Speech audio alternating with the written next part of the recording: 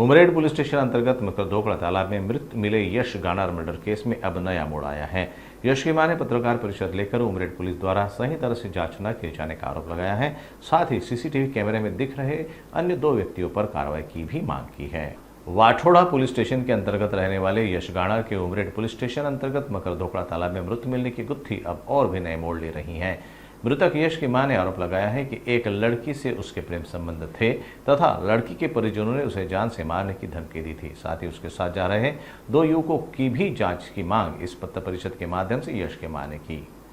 माझा मुलगा यश रवींद्र गानार हा 20 वर्षाचा मकरदोकड़ा तलावामध्ये त्याचा मृत्यू झाला आणि ते पोलीसवाले मला म्हणतात की ते आत्महत्या आहे, पण मला माहीत आहे ते आत्महत्या नाही, मर्डर आहे तो।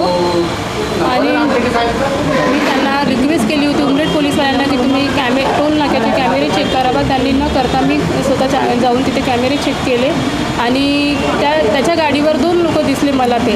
त्यानंतर आम्ही स्पॉटवर गेलो, तिथे त्याच्या ब्लडनी भरलेला रुमाल दिसला तिथे।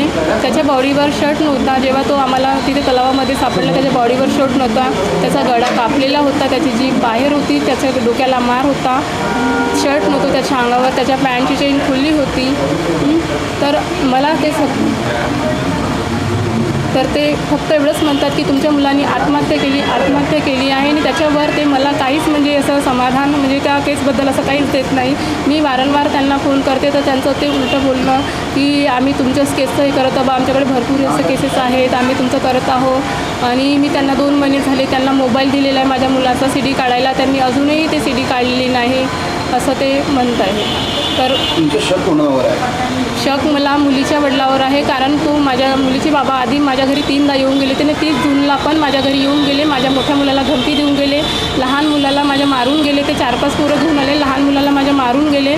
आणि शक त्यांच्यावर आहे कारण त्यांनी लग्नासाठी नकार दिल्यामुळे त्यांनी म्हटलं डायरेक्ट की जर तू लग्न नाही केलं तर 8 दिवसामध्ये बघ तुझं काय बरं वाईट करतो आम्ही, असं ते बोलले। आणि 3ऱ्या दिवशी माझा मुलगा घरून निघून गेला। असं मुलीच्या वडिलांचं आडनाव काय, नाव काय? देवा आगासे।